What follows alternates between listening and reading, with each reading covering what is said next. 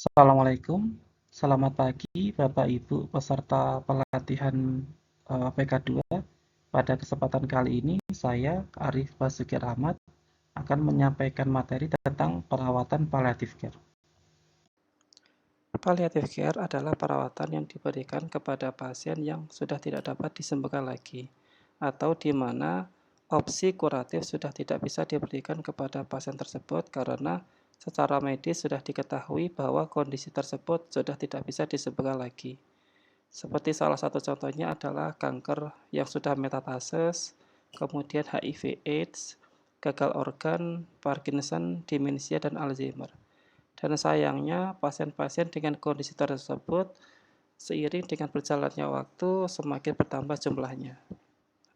Pasien-pasien tersebut sayangnya masih terus mendapatkan treatment yang futil atau dengan kata lain treatment yang secara medis dianggap sia-sia karena treatment tersebut pada dasarnya ditujukan untuk menyembuhkan pasien atau kuratif. Sedangkan pada pasien-pasien paliatif, pasien tersebut sudah dikategorikan tidak dapat disembuhkan, sehingga treatment tersebut dianggap futil atau sia-sia, di mana tidak bisa menyembuhkan pasien, dan yang muncul justru sebaliknya, yaitu banyaknya efek samping yang dirasakan oleh pasien. Oleh karena itu, muncul isu yang sangat signifikan pada pasien dengan kondisi paliatif, yaitu salah satunya kualitas hidup yang menurun sehubungan dengan pemberian terapi yang futil tersebut, di mana tidak bisa menyembuhkan pasien, akan tetapi justru menimbulkan efek samping yang begitu banyak pada pasien. Kemudian setelah itu menyebabkan loss yang sangat panjang karena untuk memulangkan pasien terdapat beberapa syarat, yaitu salah satunya yaitu pasien sembuh, kemudian pasien perbaikan, atau pasien meninggal. Sedangkan pada pasien paliatif akan sangat sulit sekali untuk memulangkan pasien apabila kita memaksakan dua kriteria yang pertama tadi, yaitu menyembuhkan pasien atau perbaikan. Pada pasien-pasien dengan kondisi paliatif, apalagi yang sudah stadium akhir, akan sangat sulit sekali untuk mencapai kondisi perbaikan, apalagi kesembuhan. Ya. Kemudian setelah itu, sehubungan dengan pasien-pasien yang sudah paliatif, karena memerlukan terapi yang sangat agresif, ya, yang mana terapi tersebut membutuhkan biaya sangat tinggi, ditambah lagi loss yang sangat panjang, sehingga hal tersebut akan menimbulkan beban finansial yang sangat berat bagi rumah sakit maupun BPJS. Oleh karena itu, perlu pendekatan palliative care untuk meningkatkan tidak hanya kualitas hidup pasien yang mempunyai kondisi paliatif, tetapi juga untuk menurunkan loss dan pembiayaan guna meringankan beban finansial yang ditanggung oleh rumah sakit. Sebelum kita membahas tentang palliative care lebih dalam, alangkah baiknya kita membahas tentang asal kata paliatif. Paliatif berasal dari kata palliate, yaitu untuk meredakan derita, yaitu untuk meredakan derita atau intensitas derita atau nyeri pasien tanpa menghilangkan penyakit yang mendasarinya. Sebelum kita diskusi lebih dalam tentang palliative care, alangkah baiknya jika kita membahas terlebih dahulu tentang asal-usul dari kata paliatif. Paliatif berasal dari kata palliate, yaitu untuk meredakan derita. Yaitu meredakan derita atau intensitas derita atau nyeri tanpa menghilangkan penyakit yang mendasarinya. Jadi perlu kita ingat di sini bahwa paliatif adalah pada dasarnya untuk meredakan derita yang dialami pasien tanpa menghilangkan penyakit yang mendasarinya.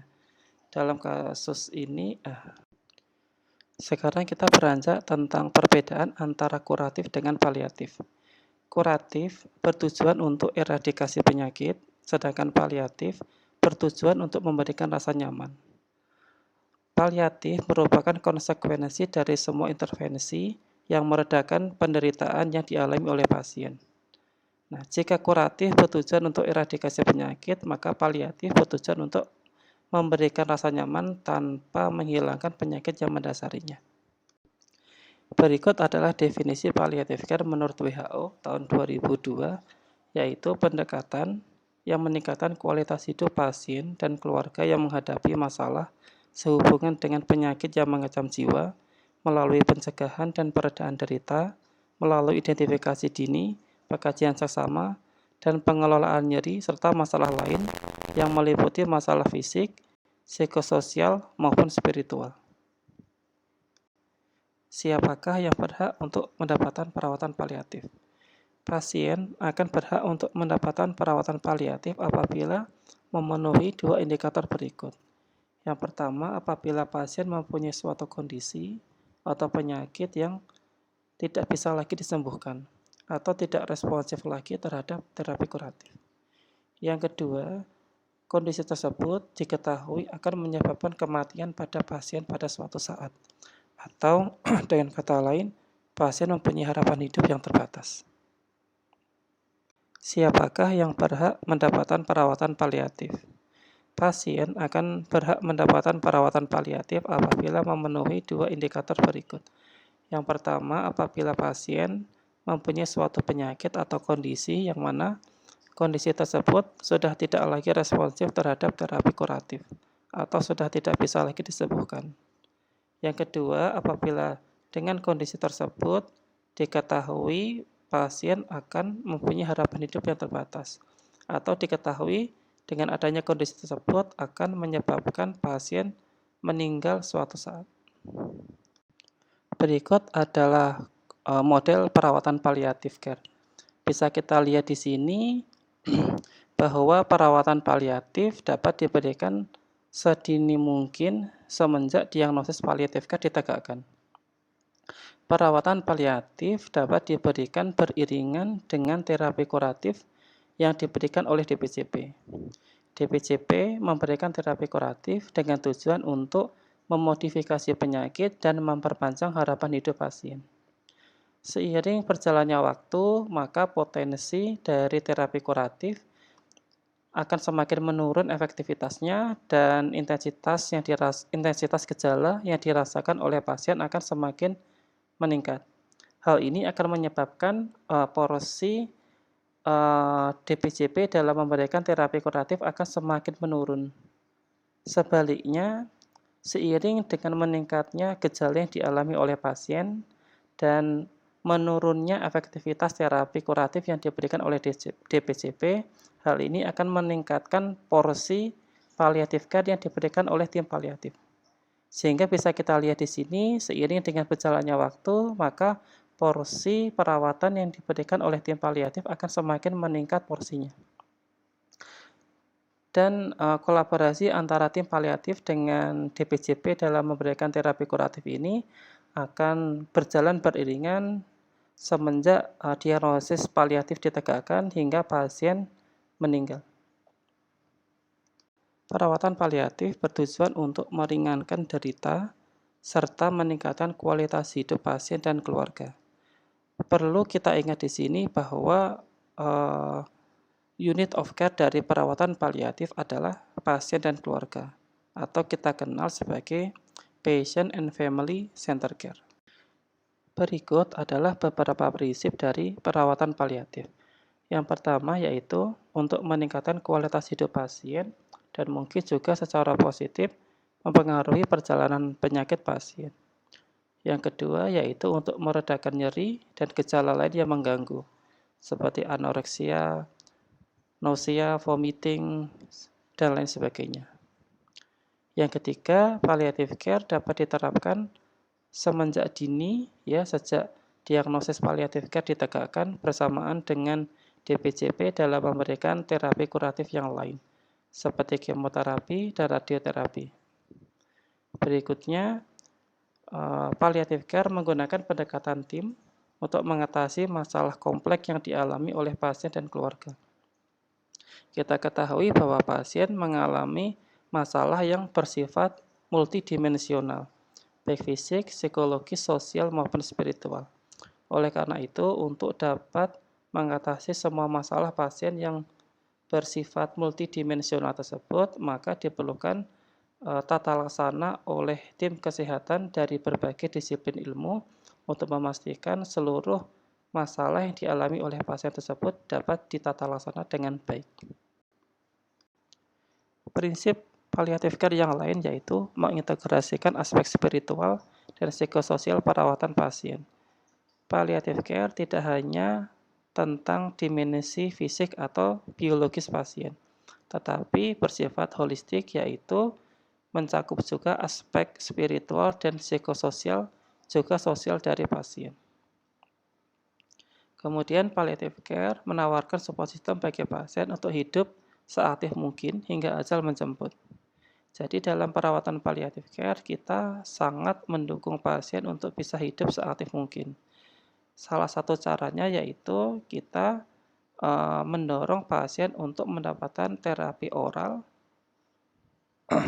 apabila kita rasa treatment tersebut masih mampu untuk mengatasi gejala yang dialami oleh pasien. Dan sebisa mungkin kita menghindari treatment yang bersifat invasif, misalkan infus, dikarenakan treatment invasif tersebut cenderung membatasi aktivitas fisik pasien dan pasien akan cenderung terbaring di tempat tidur. Salah satu contohnya yaitu treatment nyeri pada pasien kanker di mana bisa kita berikan MST per oral untuk mengatasi nyeri pasien. Selanjutnya, palliative care menawarkan support system bagi keluarga untuk menghadapi sakit pasien dan masa berduka. Jadi kembali lagi, pendekatan kita adalah patient and family center care. Kita tidak melulu hanya memberikan tata laksana pada pasien, tetapi juga keluarga. Tidak hanya ketika pasien masih hidup, tetapi setelah pasien meninggal, kita juga tetap memberikan dukungan masa berduka kepada keluarga. Selanjutnya, kita akan membahas tentang trajektori penyakit. Trajektori penyakit adalah perjalanan suatu penyakit, di mana masing-masing penyakit akan mempunyai trajektori atau perjalanan penyakit masing-masing yang itu bersifat khas, berbeda antara penyakit satu dengan penyakit yang lainnya. Harapannya ketika tenaga kesehatan memahami trajektori penyakit, maka tenaga kesehatan akan mampu memprediksi perjalanan suatu penyakit termasuk gejala yang mungkin akan dialami oleh suatu penyakit. Selain itu, tenaga kesehatan akan mampu melakukan langkah-langkah yang sifatnya antisipatif untuk mencegah suatu gejala agar tidak muncul atau meminimalkan apabila suatu gejala sudah muncul. Berikut adalah salah satu contoh trajektori penyakit demam berdarah. Bapak dan Ibu sekalian sudah mengenal trajektori ini sebagai trajektori tapal kuda, di mana dalam 3 hari pertama biasanya pasien akan mengalami peningkatan suhu. Kemudian diikuti oleh fase kedua pada hari keempat sampai dengan hari kelima, di mana pasien akan mengalami penurunan suhu tubuh. Akan tetapi justru fase kedua ini disebut sebagai fase kritis, karena biasanya pasien akan mengalami penurunan indikator-indikator di dalam darah. Seperti contohnya yaitu penurunan trombosit, di mana pasien pada fase ini justru akan sangat berisiko mengalami perdarahan dikarenakan trombositopenia dan penurunan dan shock sehubungan dengan hipovolemia. Tenaga kesehatan yang memahami trajektori ini akan dapat memahami sejak dini bahwa pada hari keempat dan hari kelima kemungkinan pasien akan mengalami fase kritis. Dan langkah-langkah antisipatif sebelumnya sudah bisa dilakukan oleh tenaga kesehatan tersebut. Sehingga harapannya pasien tidak mengalami shock hipovolemia dan pasien tidak mengalami kejadian perdarahan. Sebaliknya, apabila tenaga kesehatan tidak memahami trajektori tapal kuda ini, maka risikonya bisa sangat fatal. Karena tenaga kesehatan mungkin bisa saja beranggapan bahwa pada hari keempat sampai dengan hari kelima, pasien mengalami penurunan suhu tubuh, sehingga dianggap bahwa demam pasien sudah teratasi. Padahal justru pada saat inilah fase-fase kritis itu sedang terjadi dan risiko shock hipovolemia dan kejadian perdarahan ini sangat mungkin terjadi pada pasien. Bisa kita lihat di sini, ini merupakan trajektori penyakit kanker ya dari dimensi fisik. Bisa kita lihat di sini bahwa pada umumnya pasien didiagnosis dengan kondisi kanker paliatif, biasanya dengan status fungsional yang masih sangat baik. Pasien masih bisa beraktivitas sehari-hari, masih bisa bekerja, kemudian bisa melakukan aktivitas sosial dan lain sebagainya. Seiring dengan berjalannya waktu, pasien akan mendapatkan treatment anti-kanker yang bersifat agresif seperti kemoterapi, radioterapi, atau bahkan pembedahan. Kemudian seiring dengan berjalannya waktu, kondisi kanker juga semakin progresif, kemudian metastasis dan lain sebagainya, maka hal ini akan menyebabkan penurunan kondisi pasien secara cepat.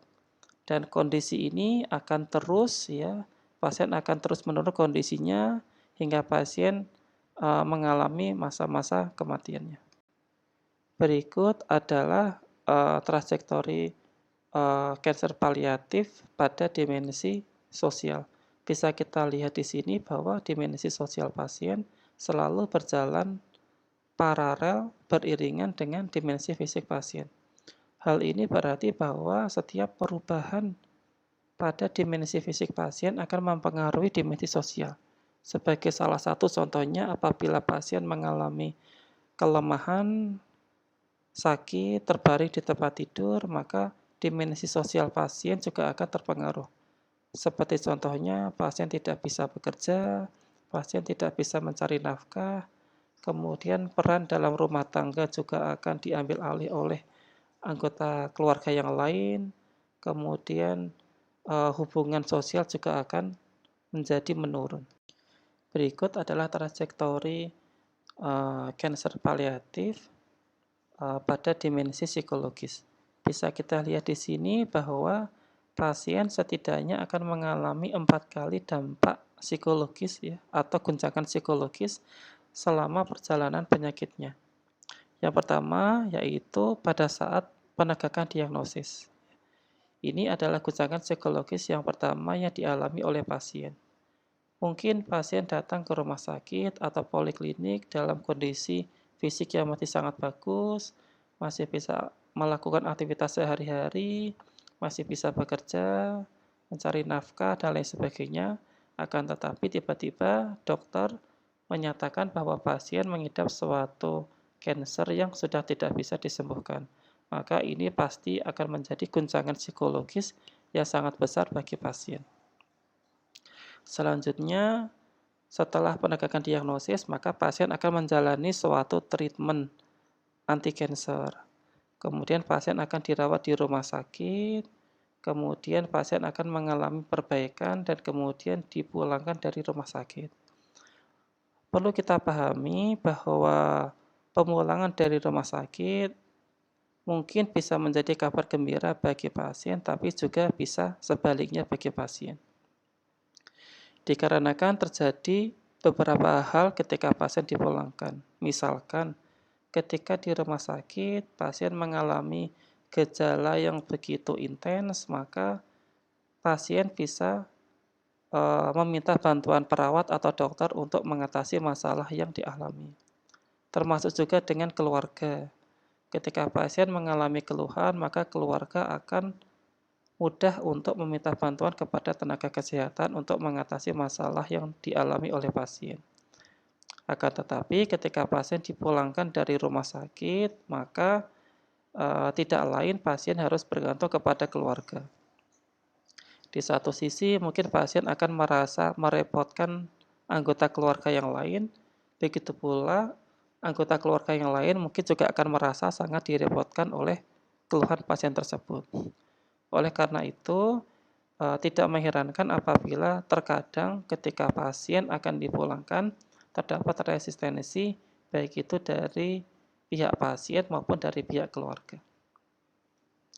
Kemudian setelah itu, pasien akan meneruskan treatment anti-kankernya, kemudian mungkin sebagian pasien akan mengalami perbaikan kondisi, di mana ketika pasien misalkan punya luka kanker, mungkin lukanya akan sembuh. Ketika pasien misalkan punya benjolan, mungkin benjolannya akan kempis, dan juga gejala-gejala yang lain mungkin akan mereda. Kemudian pasien merasa bahwa kondisinya sudah sembuh hingga suatu saat pasien mengalami gejala yang serupa, di mana lukanya mulai muncul lagi, benjolan mulai tampak lagi, dan keluhan-keluhan yang dulunya ada, yang sempat menghilang sekarang muncul lagi. Kemudian ketika datang ke rumah sakit, dokter menyatakan bahwa ternyata penyakitnya kambuh lagi, seperti itu. Nah, ini adalah guncangan psikologis yang ketiga bagi pasien dan keluarga. Dikiranya sudah sembuh, ternyata kambuh lagi. Setelah itu, pasien akan terus menjalani treatment anti-kansernya hingga didapatkan bahwa treatment anti-kanser tersebut semakin menurun efektivitasnya dan gejala-gejala semakin meningkat intensitasnya, hingga dinyatakan bahwa pasien mendekati masa-masa akhir hayat. Nah, di sini kita sebagai tenaga kesehatan harus tetap melakukan breaking bad news ya, atau tetap terbuka kepada pasien bahwa ini pada dasarnya pasien sudah mendekati masa akhir hayat. Dan ketika kita melakukan pembukaan informasi ini, maka ini akan menjadi guncangan psikologis yang keempat pada pasien maupun keluarga. Dalam perawatan paliatif, kita akan mengenal istilah yang disebut dengan repairable factor dan unrepairable factor, atau faktor yang dapat diperbaiki dan faktor yang tidak dapat diperbaiki.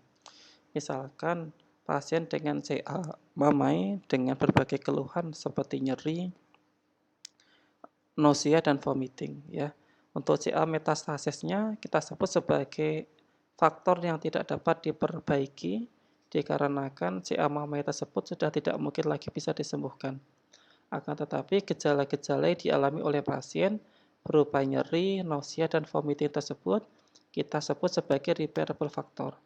Karena walaupun CA mamainya tidak mungkin lagi disembuhkan, tetapi nyeri masih bisa kita treatment. Nausea dan vomiting masih bisa kita treatment. Oleh karena itu, kita sebagai tenaga kesehatan harus lebih fokus kepada repairable factor atau faktor yang dapat diperbaiki, bukan sebaliknya. Dalam perawatan paliatif, kita mengenal istilah yaitu kepatutan terapi. Dalam hal ini, kita sebagai tenaga kesehatan harus dapat mempertimbangkan dengan seksama, mengkaji dengan sesama, keuntungan dan kerugian dari suatu treatment yang diberikan kepada pasien. Apabila suatu keuntungan dari suatu treatment itu masih lebih besar dari risikonya, maka treatment tersebut masih layak untuk diberikan kepada pasien. Kemudian setelah itu, kita juga harus mampu mengidentifikasi treatment manakah yang sekiranya masih bermanfaat bagi pasien dan treatment yang sudah dianggap futil atau sia-sia. Dikarenakan apabila treatment yang bersifat futil tersebut tetap diberikan kepada pasien, maka tidak lain yang muncul adalah efek samping yang dirasakan oleh pasien. Dikarenakan futil treatment sudah tidak lagi memberikan efek terapeutik kepada pasien, tetapi justru efek samping yang akan dirasakan oleh pasien.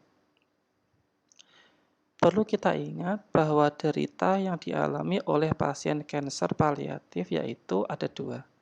Yang pertama, disease burden atau derita sehubungan dengan penyakit tersebut, ya, ada nyeri, ada luka, dan lain sebagainya, ditambah lagi dengan treatment burden, yaitu efek samping dari treatment yang diberikan kepada pasien. Misalkan jika kita berikan kemoterapi, maka ada nausea, ada vomiting, ada alopecia, dan lain sebagainya. Riset menunjukkan bahwa derita yang dialami oleh pasien sehubungan dengan treatment burden itu ternyata lebih berat dibandingkan dengan disease burden. Ya. Hal ini sangat ironis sekali karena disease burden dari suatu kanker itu sudah sedemikian berat, ditambah lagi treatment burden yang ternyata lebih berat daripada kanker itu sendiri. Oleh karena itu, kita sebagai tim kesehatan harus benar-benar memperhatikan kepatutan terapi, sekiranya terapi yang sudah dianggap futil tidak perlu lagi diberikan kepada pasien. Kemudian kita juga harus mempertimbangkan repairable dan non-unrepairable factors. di mana kita harus menitik beratkan kepada faktor-faktor yang masih bisa diperbaiki untuk kita intervensi. Terapi yang berlebihan yang bertujuan hanya memperpanjang proses kematian secara intensif tidak memberikan manfaat bagi pasien. Justru terapi berlebihan tersebut hanya akan menambahkan derita yang dirasakan oleh pasien. Untuk dapat memberikan pelayanan yang bersifat holistik, maka kita sebagai tim kesehatan harus memahami bahwa pasien terdiri dari dimensi fisik, sosial, psikologi, dan spiritual. Oleh karena itu, derita yang dialami oleh pasien juga merupakan kontribusi dari keempat dimensi tersebut. Oleh karena itu, untuk dapat mengatasi masalah atau gejala yang dialami oleh pasien, maka harus diawali dengan pengkajian pada keempat dimensi tersebut, dikarenakan bisa jadi suatu gejala yang dialami oleh pasien adalah kontribusi dari lebih dari satu dimensi pada pasien. Misalkan saja ketika pasien mengalami nyeri, maka bisa saja itu adalah kontribusi dari dimensi fisik dan psikologis pasien. Nah, dengan kata lain, pasien akan memerlukan pendekatan dari medis untuk mendapatkan treatment analgetik sekaligus konsultasi kepada psikolog atau psikiatris untuk pemberian terapi-terapi seperti antidepresan, seperti itu. Nah, kegagalan dalam mengidentifikasi faktor yang berkontribusi terhadap masalah yang muncul pada pasien tersebut akan menyebabkan intervensi yang kita berikan kepada pasien bersifat parsial, tidak holistik, sehingga tidak akan mampu mengatasi masalah pasien secara lengkap. Berikutnya kita akan membahas tentang informed consent pada pasien paliatif. Dalam setiap informed consent, baik penerima informasi maupun pemberi persetujuan diutamakan pasien sendiri apabila masih kompeten. Pasien dianggap kompeten apabila 1. Pasien sudah berusia 18 tahun ke atas, atau pasien masih sadar dan pasien mampu menerima informasi serta membuat keputusan berdasarkan informasi yang telah diberikan. Kemudian anggota keluarga akan berperan sebagai saksi dalam informed consent tersebut. Jika pasien dianggap tidak kompeten, maka keluarga terdekat dapat melakukan informed consent atas nama pasien tersebut atau mewakili pasien tersebut. Pada umumnya, hanya tindakan kedokteran yang membutuhkan informed consent. Akan tetapi, pada pasien paliatif, sebaiknya setiap tindakan yang dianggap berisiko juga dilakukan informed consent. Sebagai contohnya, misalkan pemasangan NGT, mungkin kita tidak perlu melakukan atau meminta informed consent kepada pasien. Akan tetapi pada pasien dengan kondisi CA nasofaring, di mana risiko perdarahan dapat muncul pada saat tindakan pemasangan NGT tersebut, maka tindakan ini dianggap berisiko. Sehingga sebaiknya tenaga kesehatan melakukan atau meminta persetujuan dari pasien dan keluarga dan memintakan informed consent tertulis kepada pasien dan keluarga. Selanjutnya, kita membahas tentang advance directive. Advance directive adalah pernyataan dari pasien terkait dengan rencana perawatan yang diinginkan di masa depan. Advance directive memuat secara eksplisit tentang tindakan apa saja yang boleh dilakukan terhadap pasien dan tindakan apa saja yang tidak boleh dilakukan kepada pasien. Advance directive ini adalah pernyataan yang dibuat secara tertulis di rekam medis dan dijadikan panduan utama dalam perawatan pasien di masa depan. Advance directive ini terutama sangat bermanfaat pada saat pasien suatu saat sudah sakit parah dan tidak mampu membuat keputusan atau mengkomunikasikan keinginan pasien. Berikutnya, advance directive sebaiknya dibuat pada saat pasien masih kompeten. ketika pasien masih sadar dan mampu mengidentifikasi apa saja yang ingin dituangkan dalam advance directive secara tertulis. Dalam advance directive, pasien juga dapat menunjuk seseorang untuk menjadi wakil dalam membuat keputusan pada saat pasien tidak kompeten di masa depan. Misalkan pasien menunjuk anak nomor 1 misalkan untuk membuat keputusan, ya, untuk menjadi wakil dalam membuat keputusan ketika suatu saat pasien sudah tidak sadarkan diri. Maka ketika hal itu terjadi, kita sebagai tenaga kesehatan akan merujuk kepada pihak yang sudah ditunjuk oleh pasien tersebut dalam memintakan persetujuan suatu tindakan kepada pasien tersebut. Selanjutnya, advance care directive ini akan mendorong kita tenaga kesehatan maupun anggota keluarga untuk menghormati nilai dan keinginan dari pasien. Selanjutnya, advance directive ini juga akan sangat bermanfaat untuk menghindari perselisihan terkait perawatan pasien di kemudian hari. Misalkan, sebagian dari anggota keluarga menghendaki untuk pasien masuk ICU, sedangkan sebagian tidak. Atau sebagian anggota keluarga menghendaki untuk RJP, sedangkan yang lain tidak. Maka kita sebagai tenaga kesehatan dapat mempertemukan pihak yang berselisih tersebut, kemudian dapat kita sampaikan juga advance directive yang sudah disampaikan oleh pasien kepada anggota keluarga. Dengan harapan tidak terjadi perselisihan dan seluruh anggota keluarga dapat menghormati keinginan terakhir dari pasien tersebut. Selanjutnya, yang perlu kita bahas selama advance directive yaitu tentang DNR atau keputusan untuk tidak dilakukan RJP. Nah, keputusan untuk tidak dilakukan RJP ini perlu untuk dituangkan dalam advance care directive dan ditulis dalam rekam medis pasien. Nah, DNR sendiri dapat dilakukan atas dua indikasi, indikasi medis atau indikasi pasien. Untuk indikasi medis, maka dapat dilakukan apabila tim paliatif sudah mempertimbangkan bahwa tindakan resusitasi diketahui tidak akan mampu menyembuhkan atau memperbaiki kualitas hidup pasien berdasarkan bukti ilmiah yang sudah ada. Selanjutnya, hal yang perlu dibahas dalam advance directive adalah DNI atau do not intubate, yaitu keputusan untuk tidak dilakukan intubasi. Dalam DNI ini, maka pasien tetap dapat dilakukan RJP atau tidak dilakukan RJP sesuai dengan keputusan pasien.